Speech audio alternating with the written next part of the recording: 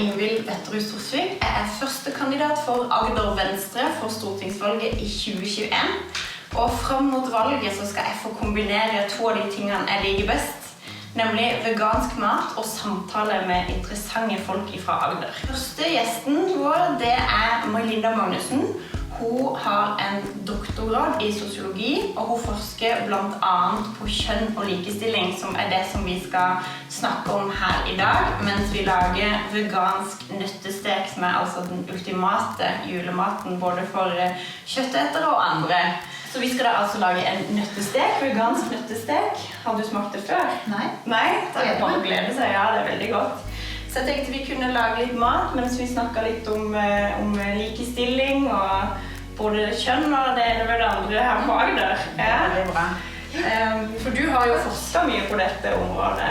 Ja, det har blitt noen år nå. Jeg begynte vel i, hva jeg tenker, 2001. 2001, ja. Ja. Så da var du ferdig utdannet med masteren din, og så fortsatte du på en doktorgrad? Ja, altså jeg var ferdig i 99, og så var jeg inne på Universitetet i Oslo og jobbet litt også. Det var også litt med kjønn og likestilling, kontantstøtte og sånn. Ja. Men akkurat det med Agder begynte jeg med i 2001, for da skrev jeg en rapport sammen med Anna Halvorsen om likestilling på Agder. Hva var det dere fant ut da i denne rapporten deres?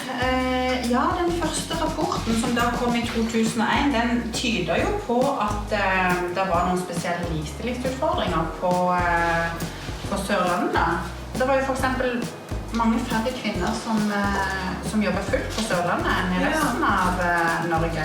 Så det var jo veldig interessant. Ja. Det var jo veldig tydelig at kvinner på Agder, de jobbet mindre, altså de hadde mindre lønnearbeider enn kvinner ellers i landet. Det var jo veldig interessant. Så kvinner ellers i landet også jobber mer deltid og har lavere lønn, har de ikke det? Jo, enn menn. Ja. Jo, men den kjønnsforskjellen er jo da større på Agder enn den andre steder i landet. Så det er jo en ting hva som skjer når folk er gift eller er sammen med noen, men det er jo noe annet som kan også skje da hvis den ikke lenger er gift. Det har jeg vært ute for å intervjue også faktisk kvinner som har begynt å grine rett foran meg i intervjusituasjonen, fordi at de har kommet opp i veldig vanskelige situasjoner.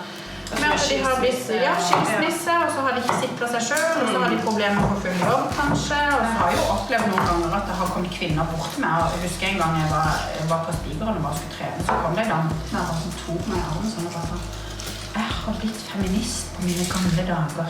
Ja, og det var jeg som hadde opplevd at hun hadde vært hjemme i mange år og jobbet redusert og sånn, så hadde mannen jobbet mye, og det var han som eide hus og alt mulig, og plutselig så sto hun litt sånn på bar bakke. Og måtte begynne å studere og i det hele.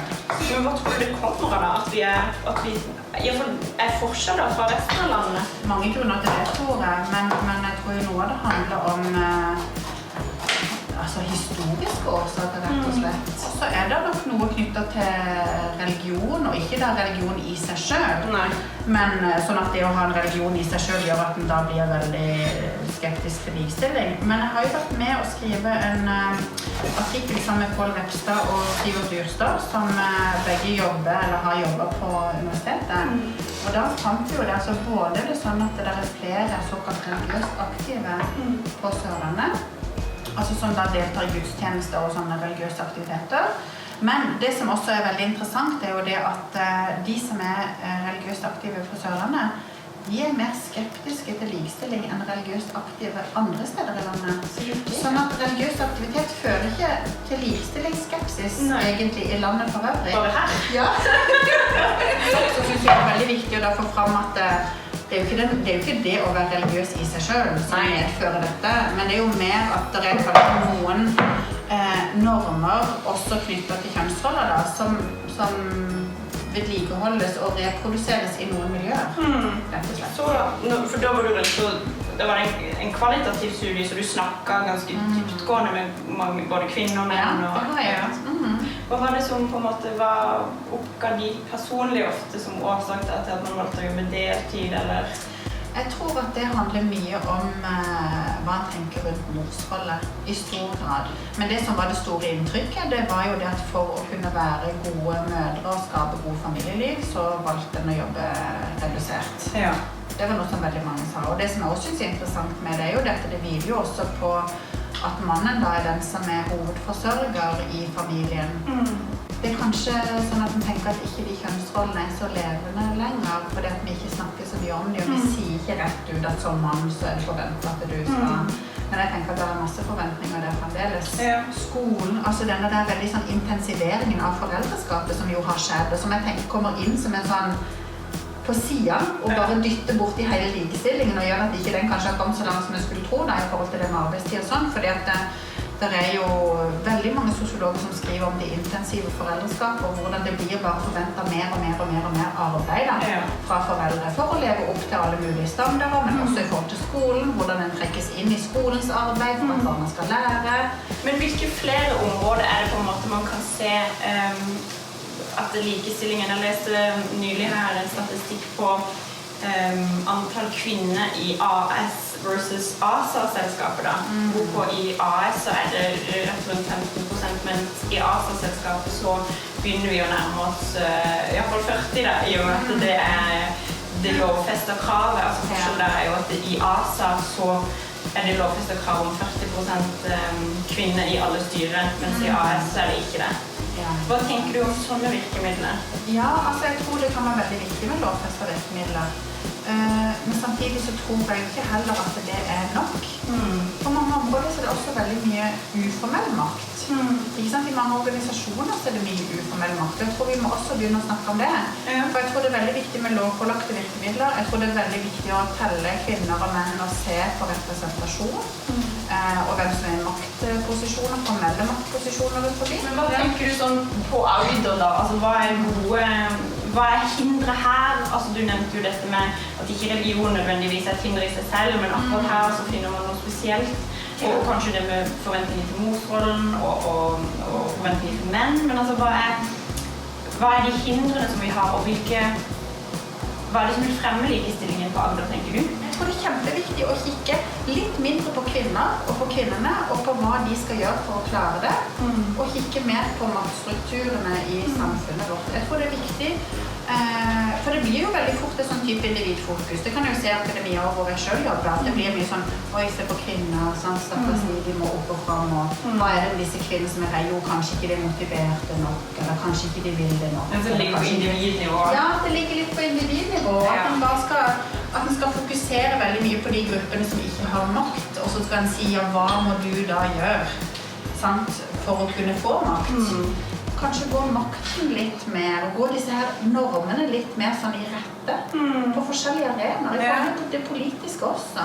Sånn, hvem det egentlig som får lov til å sette standarden på ting? Og så kikke litt mer på de som har makt, i stedet for å kikke så veldig på de som ikke har makt. Ja.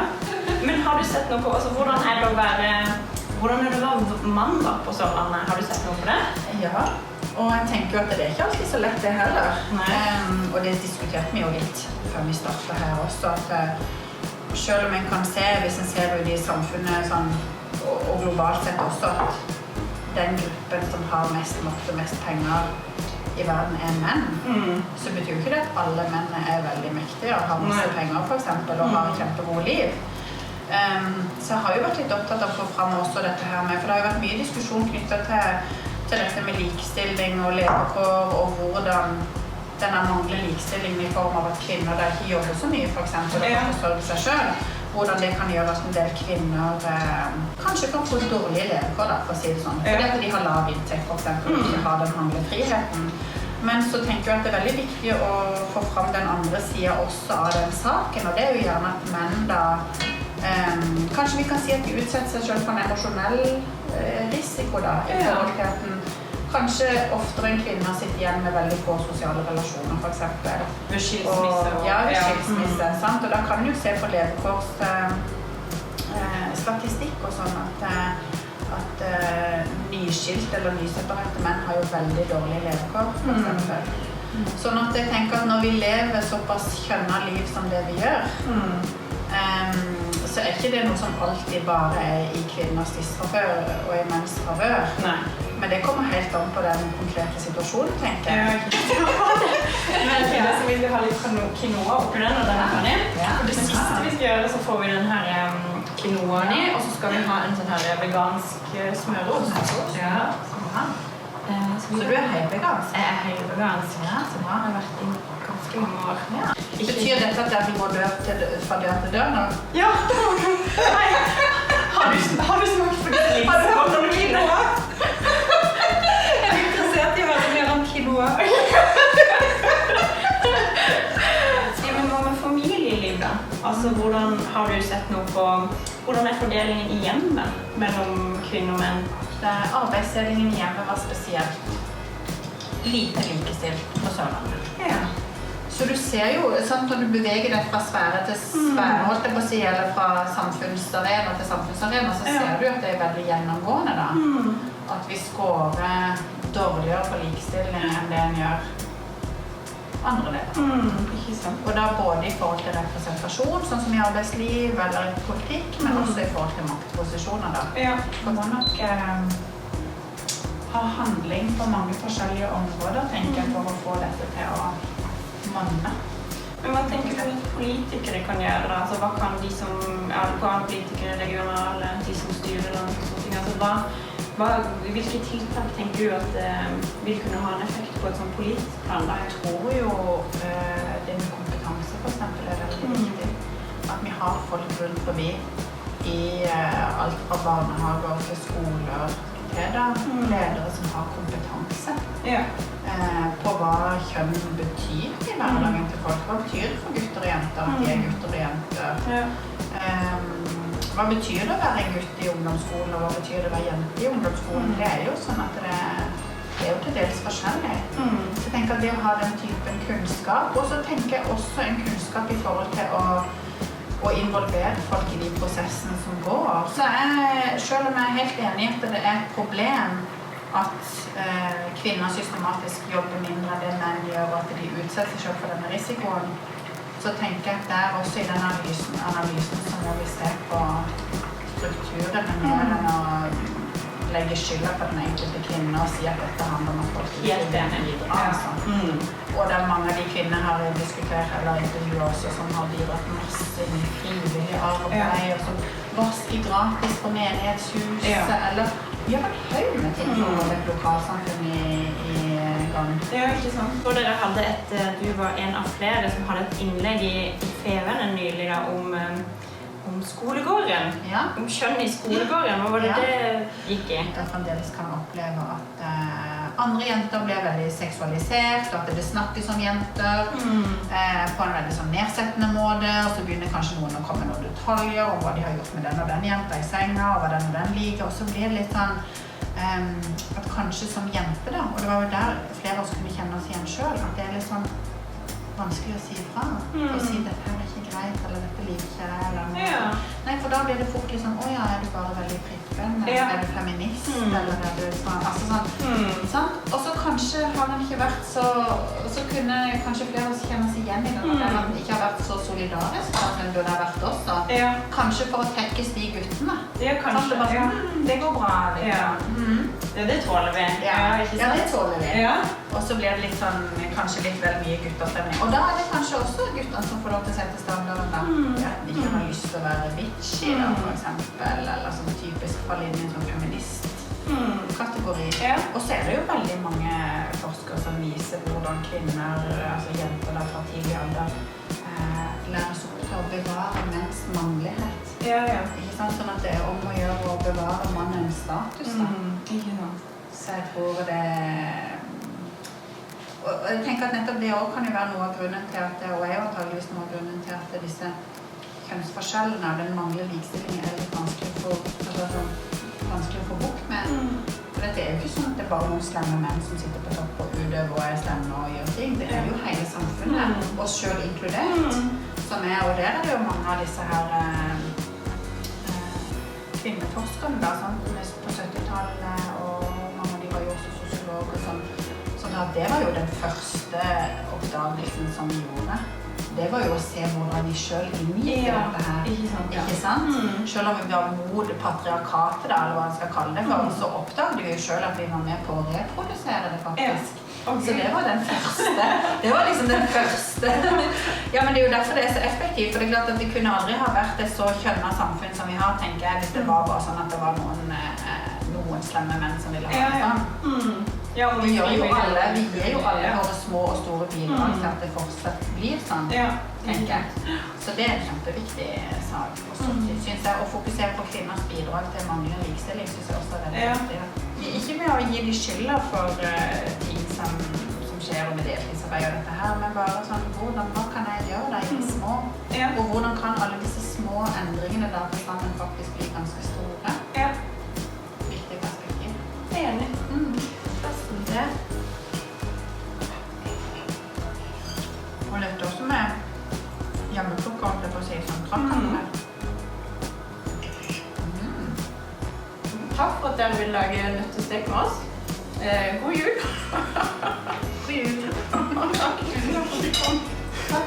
Takk.